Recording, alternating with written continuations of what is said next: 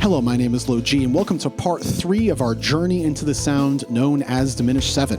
In part 1, we went over easy ways to construct and create Diminished 7 ideas around the fretboard, and then in part 2, we went over ways that we can get in and out of this sound over a minor chord. We found these specific starting locations that allowed us to pinpoint where to play these Diminished 7 ideas, which will pull our ears back to the minor chord that we're playing over.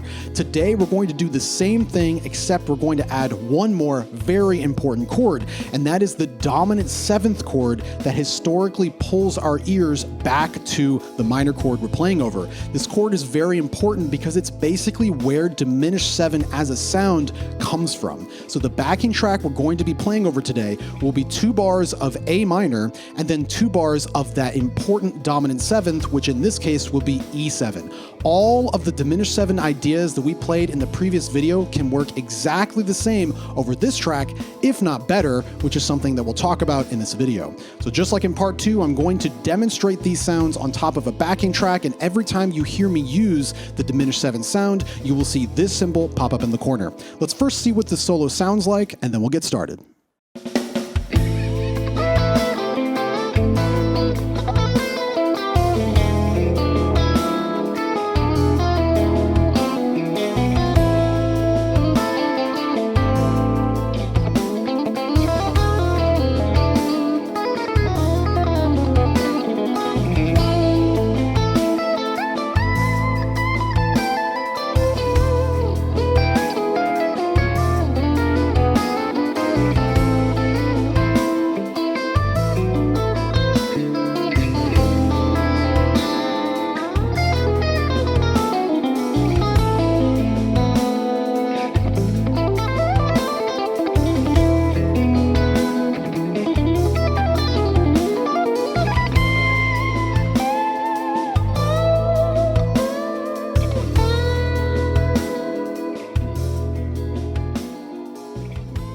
Alright, so just like the previous one, a full video tutorial of the solo that you just heard will be uploaded to the Patreon in a few days. So if you are a patron, keep your eyes open for that. If you are not, feel free to check out the Patreon at the link in the description. So everything you just heard is the exact same material that we've been talking about. Standard minor stuff and standard diminished stuff, all the same sorts of ideas, with a couple other little tricks going on, and that was kind of a more notey solo than the first one, but it's really the same stuff. But there's a big difference. The progression is not just A minor the whole time. The progression is 2 bars of A minor, turn up my guitar, 2 bars of A minor, and crucially, 2 bars of E7. Okay, so I'll play an even simpler version. A minor, E7. A move that we have all played and all heard our entire lives. One of the most common moves. There's something interesting about this progression, though, when we use the diminished ideas. Over the A minor, the diminished is going to sound a little tense, right? Maybe we just touch on it for a moment, get right back into A minor.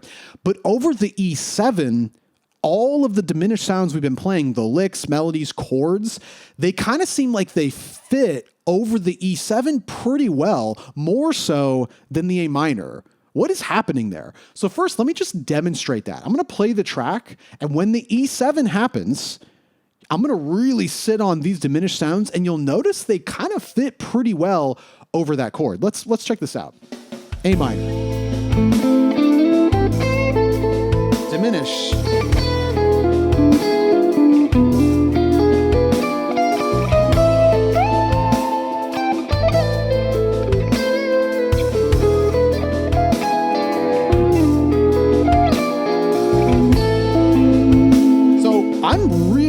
Playing a lot of diminished stuff during that. Every time the E7 happened, I was playing entirely diminished, copying and pasting licks. That last one I did was literally just, I don't know if I started there, I think I started here. It's just straight up 3 diminished chords, and I'm just kind of moving through them like a lead, and it sounds pretty smooth over that E7. If I did those exact same ideas over the A minor only, it would probably sound a little bit more tense. I'll demonstrate that, and you'll notice these diminished ideas won't fit as well over the A minor. Check this out. Diminish right off the bat.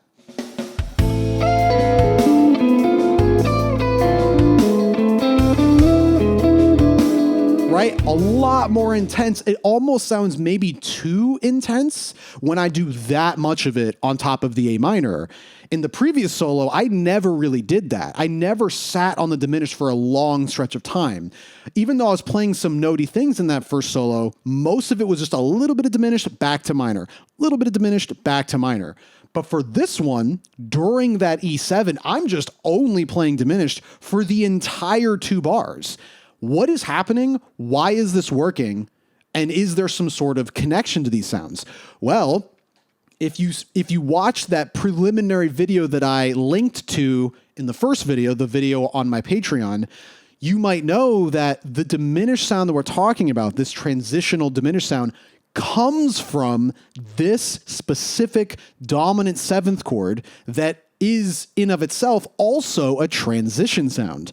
So what are we playing? We're playing A minor, and we're using E7 to travel to A minor.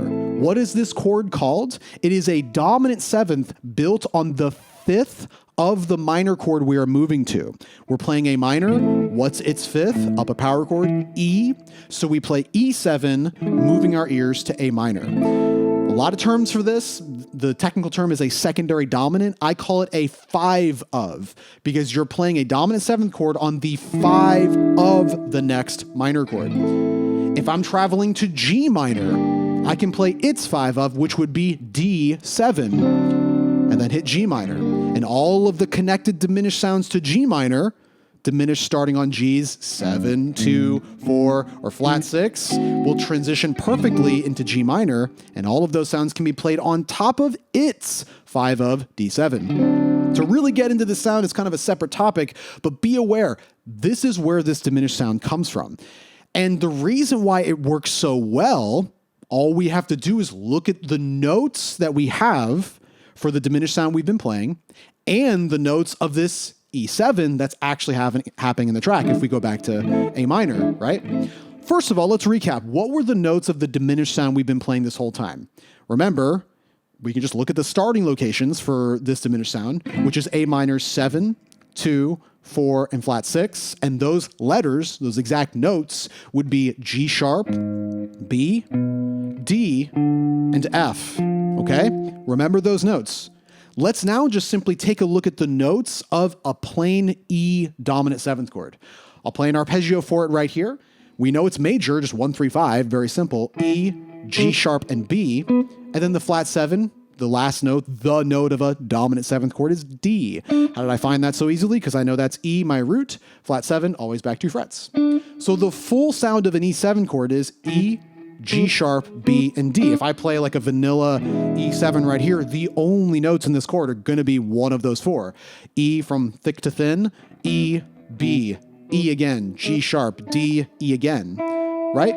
That's what every E7 is. This one is as well, right? If this one actually doesn't even have a B, but it's still mostly the chord. E, G sharp, D, E again. I could put a B right here, I guess. Regardless, take a look at these notes. The diminished sound, G sharp, B, D, F, E7, E, G sharp, B, and D.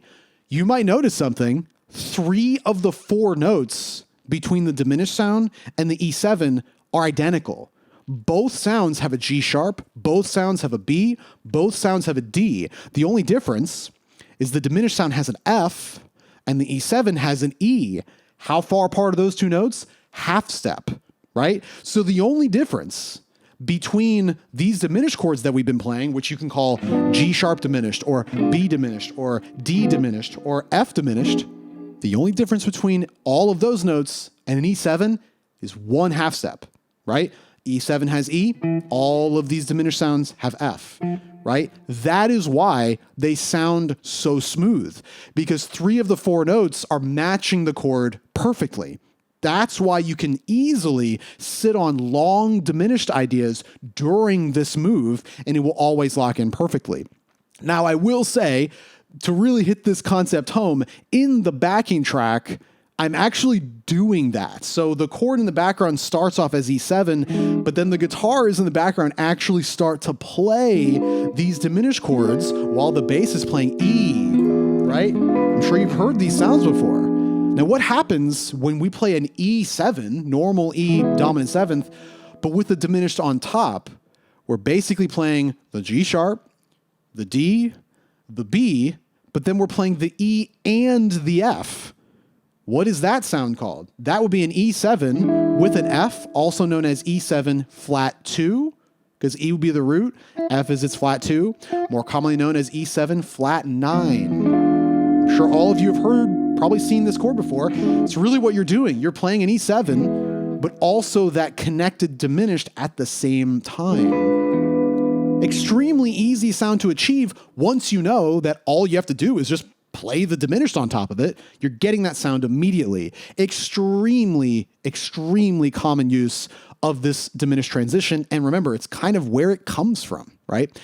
So to use this sound, we can just do what we've been doing, right? Think about A minor, target its 7, 2, 4, or flat 6 as starting locations to know how to get in and out of the diminished. Exactly the same thing as what we just talked about. But now, because we're also playing E7, it might be valuable to look at what these notes would be in relation to that chord, right? Because if we're thinking about E7 and we're not thinking about A minor, if we're thinking about E7 during the E7, maybe we want to figure out how to get into the diminished from the E7 and not necessarily from the A. Well, it's going to be really easy because 3 of the 4 notes of this diminished sound are already happening in the E. So let's check this out. We know the core sounds of our diminished sound that we've been doing this whole time.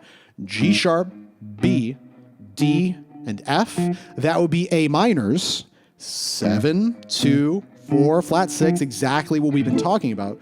But what would those notes be of E7? The G sharp would be E7's third. How do I know? Because here's a G sharp right here. I'll just go up an octave. Here's E. Guess what note this is? It's third. 1, 2, 3, right? How about the B? That would be E's fifth. How do I know? Because here's E, up a power chord. That's a B. There's the fifth. How about the D? That is E's flat 7, right? Back 2 frets from E. Here's E. I'll do it right here, actually. Here's E. Back 2 frets. There's D. E's flat 7. And then the F, the final note, is the note that's not in the E7. That would be E's what? It's up a half step from E. That would be the flat 2, or you can call it flat 9, whatever makes sense. They're both the same things. So that's that full sound. That's what those diminished notes would be if you're looking at it from the perspective of the E7, right? Let's recap. The G sharp is the 7 of A minor, but the 3rd of the E major E7. The B is the 2 of the A minor, but the 5th of the E major, right? E7. The next note, the D, is the 4th of the A minor, but the flat 7 of the D, or excuse me, flat 7 of the E, I should say. There it is. And then that final F is the flat 6 of A minor, like we've talked about, but the flat 2 of the E, right? Giving us that diminished sound. Again, this sounds like a lot of numbers, a lot of shenanigans going on, but I promise you, once you take the moment to really internalize these things, see these connections, everything I'm saying makes perfect sense, and it makes getting in and out of the sound remarkably easy, right? And it's important to look at these notes from both perspectives, because if you're playing over a progression that has a E7, that transition chord happening longer than the minor chord, it might be more valuable to get into this diminished sound from the dominant chord. And if you need to do that, you need to know, oh, I start diminished on E7s, flat 2, 3, 5, or flat 7, right? Because if the chord's happening longer, like if you're playing a progression like this.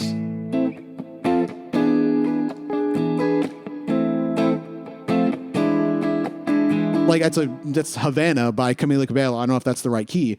But in that progression, the A minor's not happening that long, right? You're off, F, E. This E is happening longer than everything. So in that tune, you might be more thinking about the E7 just purely because it's happening longer than the other chords.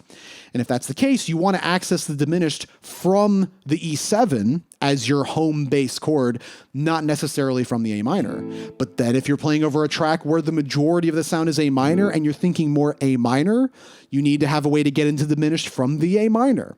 So throughout this video, we've talked about both ways to get into that diminished. If you're thinking A minor, you start diminished on its 7, 2, 4, or flat 6. But those exact same notes over this E7 would be 3, 5, flat 7, and flat 2 of that E7. Again, this is going to feel very complex, very technical oriented. The moment you sit down and start practicing this and start looking at these sounds, you'll immediately see how simple it actually is to get in and out of this and how well this sound really does work over that E7. To wrap up this video, I'm going to show you my process of creating ideas using this diminished sound that maybe sound a little less typical. So basically every idea I've been playing so far in this video series has been pretty typical diminished, like this sort of stuff. Just kind of moving around like that. Nothing wrong with those shapes. They sound great, feel good to play, you know, very useful. But over time, you might get bored with those and you want to experiment with some other stuff. This is exactly how I would do that. So first thing I would do is get a shape that I think is comfortable, like I just did right there. So that's me starting on a note, up a third, same string, right? Down a string, minor third, down a string, minor third, same string, minor third. Very typical. And how about I just leave out a note, right? So I'm playing 2 notes here, 1 note there, 2 notes here. I'm going to leave out the B string note, that middle string. So I have 2 notes here, skip a string, 2 notes here. Well, how easy is that? That's the same fingering. That's like pointer, pinky, skip a string, pointer, pinky. That's pretty easy, right? Maybe do a pattern with it, finger picking pattern. Pretty cool. Can I copy and paste this? I sure can. All very easy to do, and I'm just leaving out that middle string, giving me a new shape that's visually and physically easy to get to, and it sounds cool. It's kind of like a jumpy flavor, right? So I like this shape. So the next thing I will do is say, what does this look like on other strings? Can I find a similar shape on another string? I'm going to start this on the D string, see what happens. Here's a starting location, pretty nearby to where I just played. That's A's flat 6, so I can easily play it right there. What's the typical shape look like right here? There's our note, same string, minor third, down a string, up a string, or same string, I should say, right? So I'm going to do the same thing here. I'm going to leave out that middle string. So I have 2 notes on the D string, skip the G string, 2 notes on the B string. Oh, look at that. It's the same shape.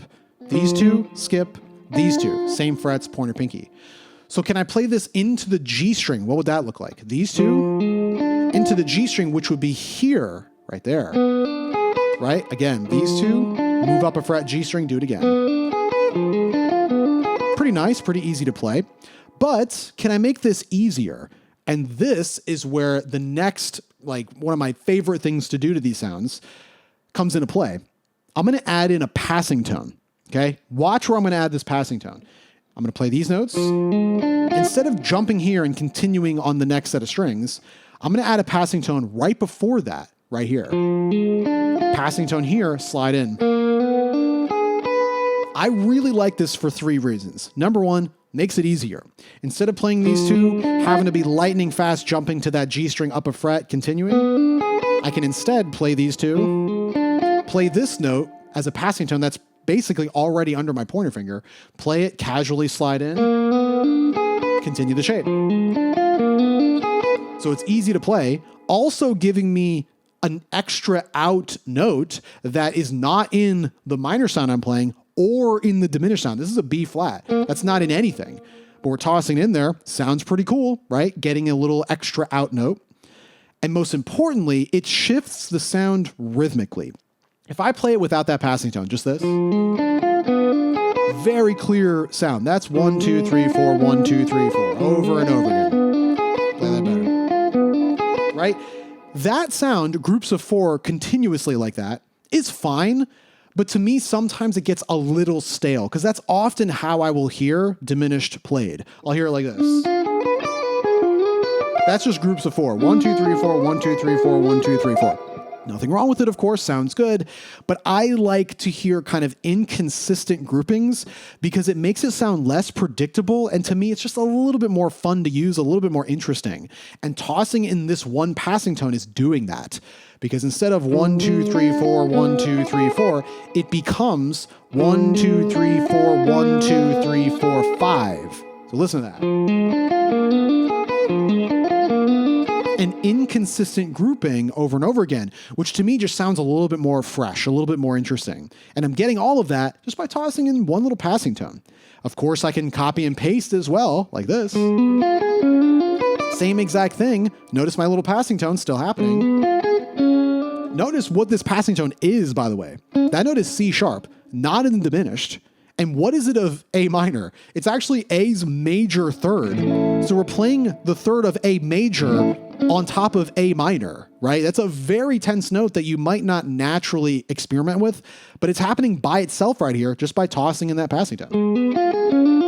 Listen to what it sounds like when I play them both back to back. This one, copy paste, up 3 frets. Very different sounding. Again, because we have these passing tones, different little notes, and it's easy to play, of course, and we're getting that different rhythmic grouping, which I personally really like. Some other things you can do, how about using some chord shapes as leads? Here's a chord shape right here, one of the typical ones we've been playing. Can I play this shape as a lead? I sure can. I can play the notes individually like this, or I can come down. Notice, crucially, I'm not holding the notes. I'm lifting them off so you can hear each note individually. They're not bleeding together.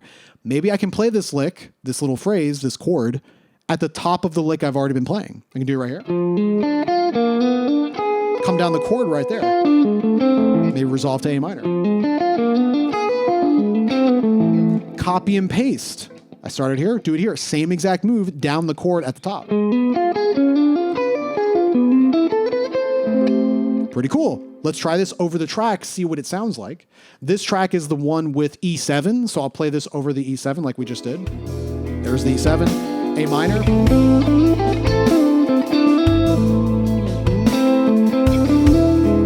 Lick right here.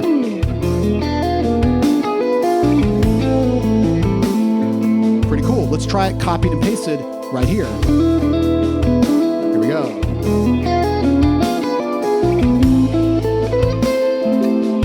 Cool. Notice I have to make sure that I resolve differently, right? How I resolved down here was not the same as I did right here.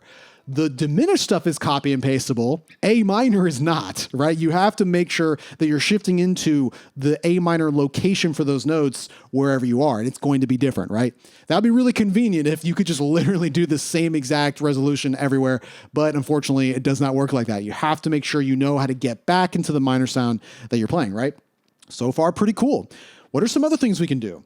Well, we're playing a chord right here. Instead of playing the full chord, maybe I can play only kind of individual notes or leave some strings out like I did before with that original lick. When I do that, I'll notice some interesting kind of interval shapes that I can copy and paste. For example, if I play this chord, I see my ring and pinky right here. Can I just play these two notes? I sure can. That is basically a sixth, right? We discovered that a while ago when we were building these chords, that there's a little sixth happening. I can take this, move it up or back 3 frets, and resolve. Very colorful. I'm kind of doing that in the solo for this track. Pretty cool. What's another interval I have available? Well, for playing the chord, I see I've got a tritone right here. Maybe I could do some tritone shenanigans. I can play this note, come down a tritone, and then come down another tritone, giving this sort of sound. Kind of a borderline corny sound, right? There it is again. Maybe that could be kind of cool. I'll hit the tritone here, come down, then I'll hit it right here. What am I doing? A note, down a tritone, up a minor third, which I know I can do, down a tritone, down a tritone. All right. Kind of cool. Maybe I can do that at the top of my lick that I was playing earlier, like this. All right, kind of cool. Again, experimenting, looking for ways to get in and out of these ideas, making sure I'm resolving. How about I take this tritone shenanigan lick and move it up here? What would it look like here? The same thing, but I have to make sure I'm resolving differently. Notice the resolution was different there. You can do something like that, right? All of these ideas are all copy and pasteable. Just have to make sure you're practicing resolving. Use your ear, use your intuition. All of that stuff, pretty cool, right? So what am I doing? I've got my licks that leave out strings, adding in little passing tones, using chord shapes as leads, looking for these interesting kind of interval distances, copying and pasting everything. The other thing that I can do, and this really starts to shift the sound to almost not even sound like diminished anymore, and that is adding chromaticism, meaning a lot of passing tones. For example, if I play that classic shape we were talking about before, instead of just coming down like that, why don't I do this? Play this note and just literally walk down chromatic to the next diminished note right there. So this, right? Connecting this note to that note, and then come down the shape. That's kind of cool. Or I can do this. Instead of walking straight down, I can play the note behind it and then hit it like this. Come down, don't play it yet, go behind it and then come up into it. This concept is called chromatic enclosure, where you have a note, but you don't play it. You play the note ahead of it, then behind it, and then move into it like this. Very, very classic shape to play. You're probably already doing it. You can easily do it right here in this diminished figure. Let's try that. Right? How about I do it on 2 different strings? I'll play chromatic here, hit this, chromatic right here. Can I do that? I sure can. And can I copy and paste all of this? Yes, I can. As long as you know rhythmically what it sounds like, what it feels like, it's comfortable to play. Some of these you might need to rehearse, figure out your technique, and you know how you resolve out of it, you can kind of do whatever you want. How about I do this chromatic thing at the top of the lick I was already playing? Notice what I'm doing. I have this structure of a lick, that first thing I came up with, and I've been changing how I'm ending it every time. First, I ended it by coming down the chord. Then I ended it by doing this little tritone thing. Now I'm going to end it by doing a chromatic thing. Right? See what happens. Notice I did the chromatic enclosure one right there because that felt more natural. Let me try not doing that, just walking 4 notes down. Let's see. Pretty cool. And again, copy and paste, do whatever you want. Let's try this over the track. That's the E7. I'll wait for the next one, A minor. Here comes E. Here we go.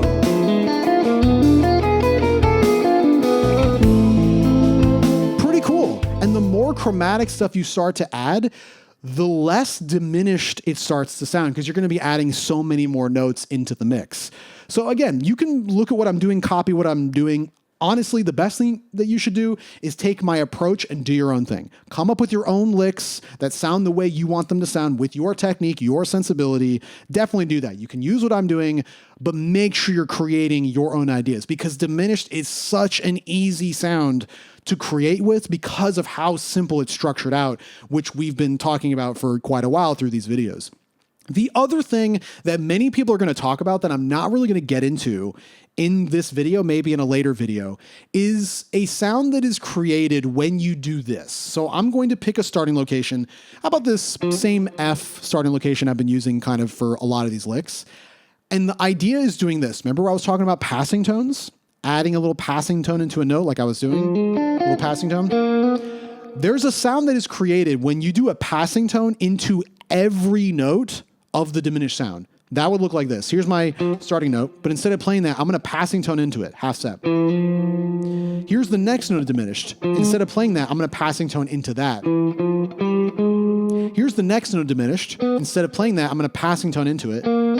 So I have this. And then here's the next note of diminished. Instead of playing that, I'm going to passing tone into it. So I'm basically playing passing tone and diminished. Passing tone, diminished, passing tone, diminished, passing tone, diminished over and over again. And when you do this, you get a sound more normally known as diminished scale, which feels like when you run it like that, it feels like you're playing like a half step, whole step, half step over and over again. So half step, whole step, half step, whole step, half step, whole step, half step. That's something else that you can do, and you can really experiment with this. I'm just going to toss that in there because it's something you can mess around with. I'll probably talk more in depth about that in the future if you guys want me to, because there's a ton of sounds inside of that. If you thought diminished was easy to come up with stuff, diminished scale, take that times 10. There's so many things in there that sound wild, and they're all copy and pasteable just like diminished is. So if you guys want that, let me know. Otherwise, that's basically it. You can see there's a lot of material you can get with this diminished sound.